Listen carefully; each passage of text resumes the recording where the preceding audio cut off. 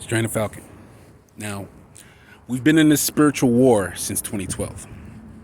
It all started when I worked at a warehouse. I was a security guard. I worked outside, basically checking the seals on trucks to make sure they weren't broken. Now, I liked going inside. I couldn't put my finger on why I didn't like to go inside, but I knew, I'd rather stay outside in the heat than go inside with the AC, because there's something about going inside I didn't like. So, long story short, a man appeared there. He looked like he was from somewhere in Europe, either Ukrainian or Russian. I don't know who he was. But he started telling me that inside the warehouse was haunted. And if I think I could do something about it, I should do it. He told me that they have on video that pallets were being picked up and dropped, doors were opening and closing. And when he told me that, I almost fell to the ground because I had a dream about it the night before. So I went back that night, like around 1 o'clock in the morning. And the warehouse was dark and the workers were working on the other side. So I started talking to them about, I heard a rumor that the place was haunted. And they were Latinos, so they started saying, yo, Holmes, they started telling me, come watch the videotape. I was like, nah, I don't want to see the tape. So I called my father. He's like a minister of music. So I was like, what do you think I should do? And he was like, remember who you are, da-da-da, whatever like that. So I just went off. I went off on him because I'm like, I don't want to be dealing with this nonsense. But fine, I'm going to do something about it. So I took my Bible, and he told me what Psalms to read. So I walked into the back of the warehouse in the dark, and I started reading my Bible, quoting something. And then the phone went dead, and I didn't have a flashlight. So I closed the Bible, and I started saying, whatever force is here, you're not wanted here, you need to leave. And I kept saying it over and over and over and over again, walking around. Then I started to feel chills around my body. And something was circling me in the dark. And he started pulling on my ear, pulling on my clothes. And I was like, I mean it, da-da-da. I started getting tight because I was scared. So I started raising my voice to let the fear out. Then I stopped and I started to listen. They were like, rainbow on your forehead, feet like bronze, like the Son of Man. That's you, the Sphinx.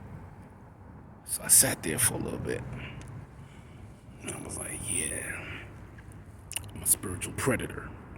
I'm here to hunt Fallen 200. That's before I knew there were 200 of them. But I'm here to hunt the fallen, defeat them in spiritual battle, and take the throne. I sat there in the dark for a while, cruised, and that was it. The next 3 days, they said that whatever phenomenon or supernatural events that was happening at the warehouse stopped happening.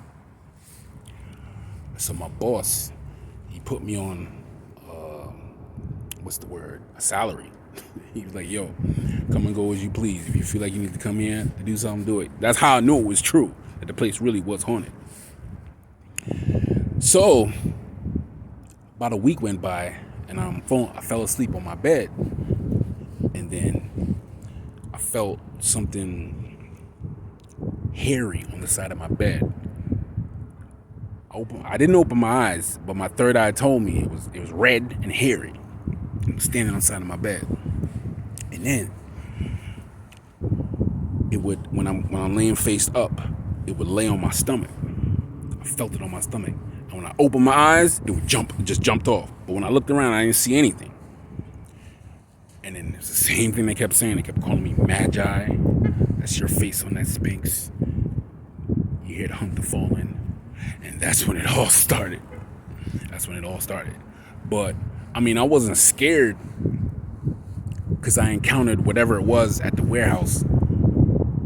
They followed me home pretty much. Like, those my guardians. You know what I'm saying? Because I'm a pre-dynastic priest. You know what I'm saying? The face of the Sphinx, the original. You know what I'm saying? And that's what they kept telling me. And then the war started. Started feeling the pains in my body. Feeling like I was gonna die, and I had to find a way to defeat whoever was attacking me. And my guardians make sure that there's no threat of violence. It remains spiritual. Because allegedly anyone who challenges those on the pyramid, they get killed with violence. So that really wasn't a haunted house. I was there to meet my guardians. So that's my story. That's when it all started, like 2012, actually. I walked into a bar and I met a shapeshifter. I stuttered because it's far-fetched. A shapeshifter. How do I know she's a shapeshifter? Because when I seen her, most beautiful thing I ever seen. And every time I went back and asked for her, a different girl appeared. So that's Isis, the shapeshifter. Shapeshifting reptilian. Codename Spider. And I got into it, who she was in the other videos. But it all started in 2012. The Mayan calendar said 2012 was the end of the world. That's kind of true. It was the beginning of the end of the old world. We're going into the golden age. Spiritual battles went on for 11 years. 11 long years. I don't know how I made it this far, dog. I'm writing a book. There's so many stories within the past 11 years. But the real attack started happening just a week before COVID. 24/7, I was on a spiritual attack. And then I found out what they were doing, how they were doing. I had to figure out they were attacking through portals. And they were chasing me, and all kind of stuff. But I'm writing about it in the book. But they're getting defeated. And we're going to go into the golden age.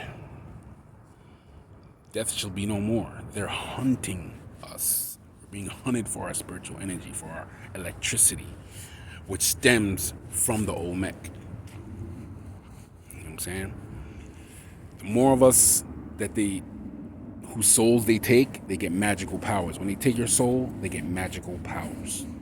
Every human is born at 333 degrees spiritually, Every human is born at 333 degrees spiritually and 330 degrees physically, because you're copies of the face of the Sphinx, but different copies with different mixtures of DNA, because we're making spiritual predators, like I said before. So the fallen, their goal is to the ones that work for them, they rip them off out of their immortality. They make them step outside their circle and do black magic on other humans with ill intent. So they pull you outside your circle. They lure you with money and power. They know the inner workers of the underworld, because they're ancient. But yeah, it's been going on. That's my story. Sphinx, trying to falcon out.